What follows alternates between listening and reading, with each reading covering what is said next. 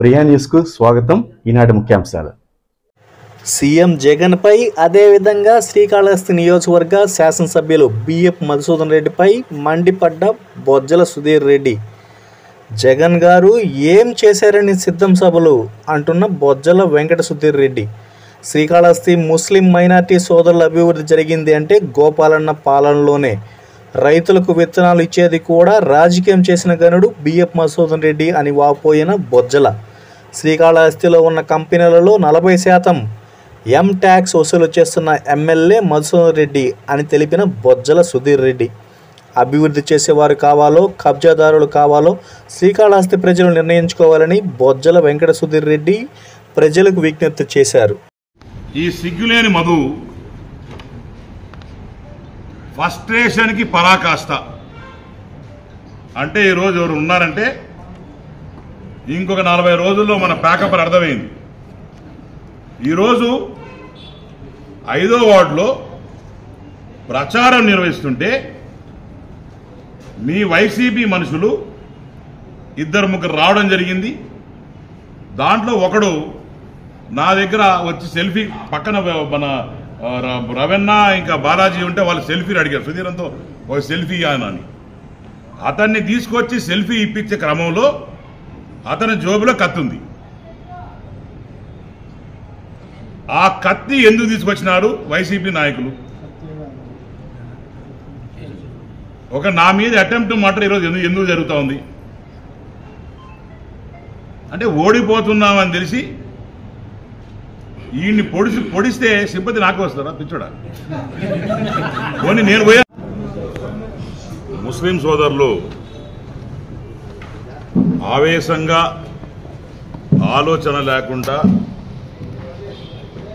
వాళ్ళు నిన్న press meet పెట్టడం జరిగింది. డైరెక్ట్గా నేనే వాళ్ళ గురించి మాట్లాడదలుచుకున్నాను. ఎందుకంటే మా ముస్లిం సోదరులు కూడా నాకు చెప్పడం జరిగింది, అన్న నువ్వే మాట్లాడాలా కరెక్ట్, ఎందుకంటే దాంట్లో జరిగింది ఒకటి మాట్లాడింది ఒకటి అని చెప్పడం జరిగింది. ఒకటి, మా ముస్లిం సోదరులందరికీ కరోనా టైంలో చికెన్ ఇచ్చాను గుడ్డిచ్చాను, చికెన్ ఇచ్చాను గుడ్డిచ్చాను చెప్తుని తిరిగే మధుసూదన్ రెడ్డి ప్రతి మీటింగ్లో పెడతాడు.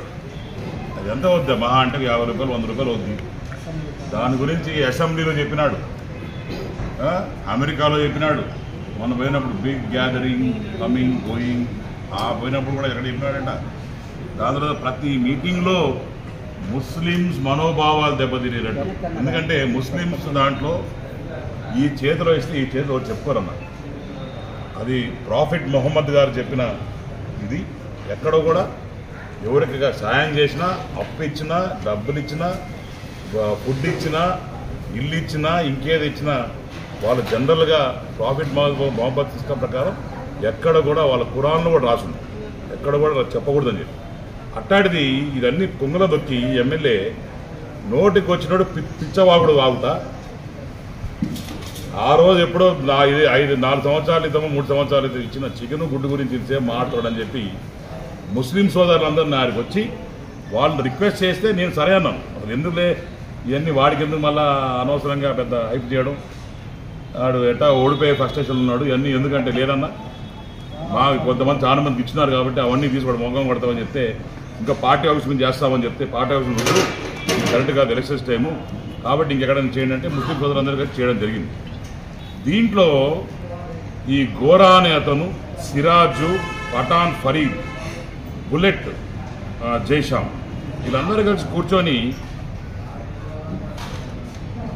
నోటికి వచ్చినట్టు మాట్లాడతా ఇష్టారాజ్యంగా వ్యవహరిస్తూ మైనారిటీ బుల్లెట్ షామ్ లేడా వీళ్ళందరూ కూడా ముస్లిమ్స్ కూర్చొని మాట్లాడతా చాలా మాటలు మాట్లాడినారు. దాంట్లో హాస్యాస్పదమైన మాట ఏంటంటే, గోపాలకృష్ణారెడ్డి ఫస్ట్ టైం కలిసినప్పుడు అన్నీ చేసేసాడా, 4 సార్లు కలిసిన తర్వాత చేసినాడు అని చెప్పినాడు. నేను తర్వాత ఎంక్వైరీ చేసినా ఏం చేశాడు ఫస్ట్ టైం కలిసినాడు. ఈరోజు ముస్లిం సోదరులకి మొత్తం 175 కాన్స్టిట్యున్సీస్లో స్టేట్లో మొత్తానికి 150 కోట్ల ప్రాపర్టీ చిల్లర ఉండేది శ్రీకాళహస్తిలో మాత్రమే.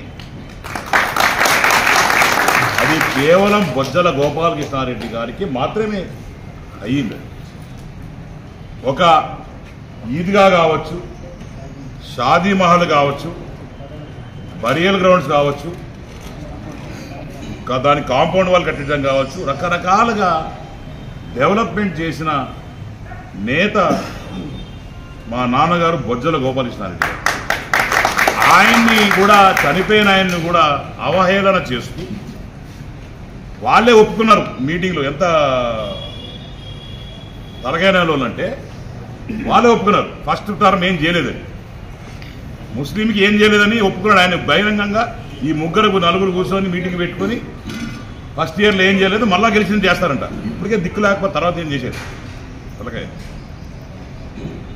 అని మాట్లాడుతూ 4-5 విషయాలు చెప్పినారు. ఇంకా దాంట్లో ఏంటంటే కనీసం ఏసీ పెట్టిస్తారని చెప్పి ఇప్పటికి 5 సంవత్సరాల నుంచి చెప్తానడు.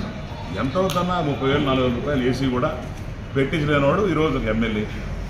ఆ రోజు మరి ఈద్గాకి అక్కడ పోతే వీళ్ళు రమదాన్ అప్పుడు ప్రతిసారి వెళ్ళి నిష్ఠతోని ఇన్ని రోజులు ఉండి పవిత్ర మాసంలో వెళ్ళి అక్కడ నమాజ్ చేసేటప్పుడు పక్కన పందులు, చెత్త, కంప, కాలువలు ఇదే అన్న ఉండేది.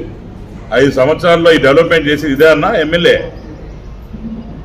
ముస్లిం సోదరులందరూ కూడా నేను ఒకటే ఆలోచిస్తున్నా, ఒకటే కోరుతున్నా, నిజంగానే చనిపోయిన మా నాన్నగారు బాగా చేసి ఉంటే మాకు ఓటేయండి. లేదు అసలు ఏమీ చేయలేదు గోపాలన్న అంటే వాళ్ళకే ఓటే. మేమేమి ఒకరిని అడుక్కునే అవసరం మాకు లేదు. ఎందుకంటే 5 సార్లు మా నాన్నగారు గెలిచారు, బ్రహ్మాండంగా డెవలప్మెంట్ చేశారు. మేము ఈరోజు కాలర్ ఎత్తుకొని గర్వంగా చెప్తున్నాం. ముస్లిం సోదరికి స్టేట్లో ఎక్కడ చేయని విధంగా చంద్రబాబు నాయుడు గారి కాన్స్టిట్యున్సీ కన్నా ఆయన మా మీద చల్లని దయ చూపించి బాబు గారు ఇక్కడ చేయడం జరిగింది. రెండో మాట, ఆ లేడీ పేరేంటమ్మా, ఏదో రేపు